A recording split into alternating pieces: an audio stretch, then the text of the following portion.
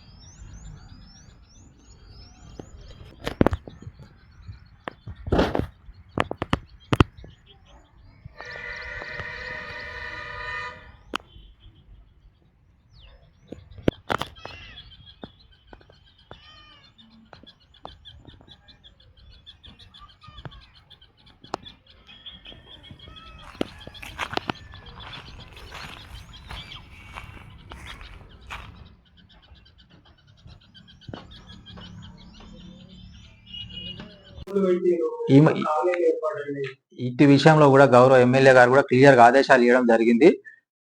Party పేరు తన పేరు అడ్డు పెట్టుకున్న వ్యక్తులు ఎవరైనా ఉన్నా కానీ కఠిన చర్యలు తీసుకోమని గారు కూడా నాకు ఎమ్మెల్యే గారు ఆదేశించడం జరిగింది. తన పేరు ఎవరైనా వాడుకున్నా ఏది చేసినా క్రిమినల్ చర్యలు తీసుకోమని కూడా నాకు పొద్దుగాల చెప్పడం జరిగింది.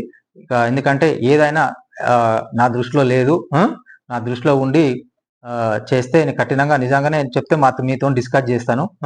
అది దృష్టిలో లేకుండా వాళ్ళు ఎవరైనా ఏదైనా మా పార్టీ పేరు కానీ నా పేరు కానీ ఏదైనా వాడి చర్య తీసుకుంటే కఠినమైన చర్యలు తీసుకోమన్నారు. నిజంగానే ప్రభుత్వ పరంగా చట్టపరంగా ఎటువంటి చర్యలు అయితే తీసుకోవాల్సో అటువంటి చర్యలు కూడా ఖచ్చితంగా తీసుకుంటాము.